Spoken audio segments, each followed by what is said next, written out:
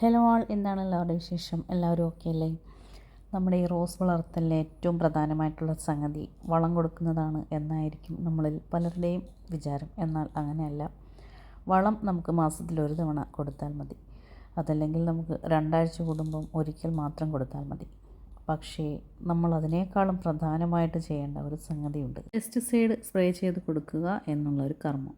Pest അറ്റാക്കിൻ്റെ intensity അനുസരിച്ച് ഇതൊരു 4 ദിവസം കൂടുമ്പോഴെങ്കിലും ചെയ്യുകയും വേണം. ഇനി അഥവാ പെസ്റ്റ് അറ്റാക്ക് കുറവാണെങ്കിൽ ആഴ്ചയിൽ ഒരു ദിവസം ചെയ്താൽ മതി. ഇതിപ്പോൾ എന്താണ് ഈ രാത്രി നേരത്തുള്ള വീഡിയോ എന്ന് നിങ്ങൾ ചിന്തിക്കുന്നുണ്ടാവും. വൈകുന്നേരങ്ങളിലാണ് പെസ്റ്റിസൈഡും ഇൻസെക്ടിസൈഡും നമ്മുടെ ഫംഗിസൈഡും എല്ലാം അടിച്ചു കൊടുക്കാൻ പറ്റിയ സമയം.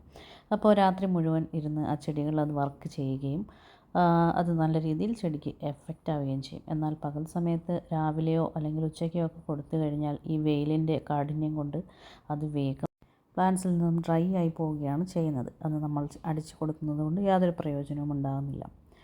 അപ്പോൾ മഴയില്ലാത്ത സമയങ്ങളിൽ വൈകുന്നേരങ്ങളിൽ അല്ലെങ്കിൽ നിങ്ങൾക്ക് സമയമില്ല എന്നുണ്ടെങ്കിൽ നിങ്ങൾക്ക് വേണമെങ്കിൽ ഇതേപോലെ രാത്രിയിലും ചെടികളിൽ ഇത് സ്പ്രേ ചെയ്ത് കൊടുക്കാം. അപ്പോൾ അത് ഏറ്റവും നല്ല ഒരു ടൈം അതാണ്. ഇനിയിപ്പോൾ മഴയുണ്ട് എന്നുണ്ടെങ്കിൽ പെസ്റ്റിൻ്റെയൊക്കെ ആക്രമണം കുറച്ചധികം കുറയും. എന്നിരുന്നാലും നമുക്ക് സ്പ്രേ ചെയ്ത് കൊടുത്തേ മതിയാവൂ എന്നുണ്ടെങ്കിൽ മഴ തോർന്നു നിൽക്കുന്ന സമയത്ത് കൊടുക്കുക. അടുത്ത മഴയിൽ അത് ഒലിച്ചു പോയിരുന്നാലും കുറച്ച് സമയത്തേക്കെങ്കിലും അത് നമ്മുടെ പ്ലാന്റ്സിലുണ്ടല്ലോ എന്നുള്ളൊരു സമാധാനത്തിന് വേണ്ടി. വളത്തേക്കാളും അധികം ചെടിക്ക് വേണ്ടുന്ന ഒരു സംഗതിയാണ് ഇതെന്ന് നമുക്കെല്ലാവർക്കും അറിയാം.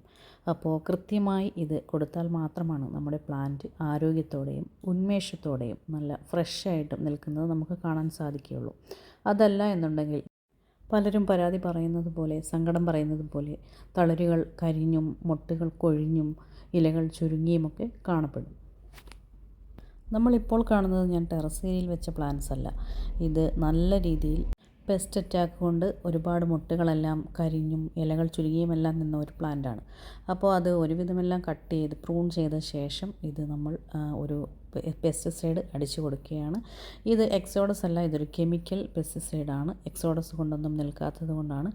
അപ്പോൾ ബാക്കി വന്ന പെസ്റ്റിസൈഡ് നമ്മൾ എന്താ ചെയ്തതെന്ന് ചോദിച്ചാൽ നമ്മുടെ അടീനിയങ്ങൾക്ക് കൂടി കുറച്ച് സ്പ്രേ ചെയ്ത് കൊടുത്തു.